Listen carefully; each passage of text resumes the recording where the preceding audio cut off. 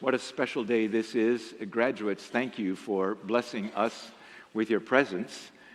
Did you hear some of those GPAs? How do you get a 6 and a 7 on a scale that stops at 5?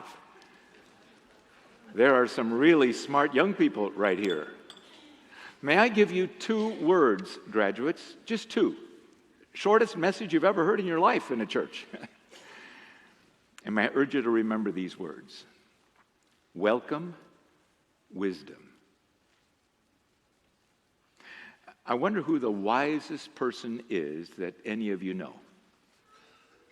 The person that, as you anticipate going into whatever's in your right hand in the future, there will be complex, difficult decisions to make. Who are those people you might phone to say, do you have a few minutes to help me think this through? I wonder how many of your grandparents are still living and you respect them greatly.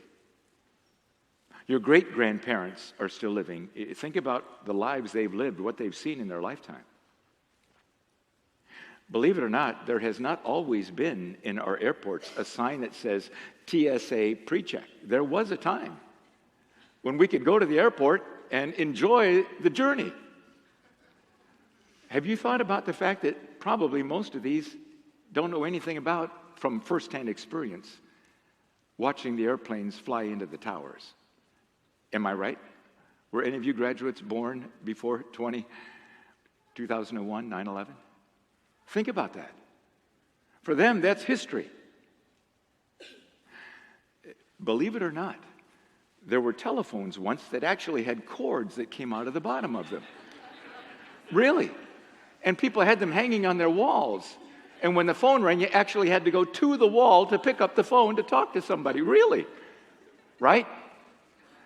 Believe it or not, there was a time when we actually sat in front of a gizmo to type something, and when we hit the wrong key, oh no, there was no backspace. There was something called whiteout, because it was called a, say it with me, typewriter. Some of us were part of something called the lottery during the Vietnam War, and our number determined whether or not we were going to go. And you remember the reports every night that told us what the body bag count was? We've been watching may I call them the riots on television over the last few weeks, and some of us remember the 60s when we actually assassinated a president. And within just a few short years, his brother, who was our Attorney General, JFK and Robert Kennedy, and then Dr. Martin Luther King as well, all in the same decade, all within a few years of each other. I give you those history things because most of us in this room, didn't read it in a book. We saw it.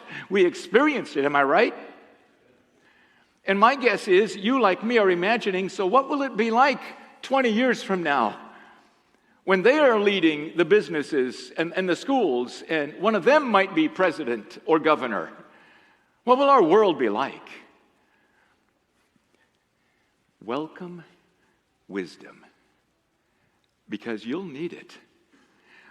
I think I speak for every person here and online. We wish we were inviting you into a very different America.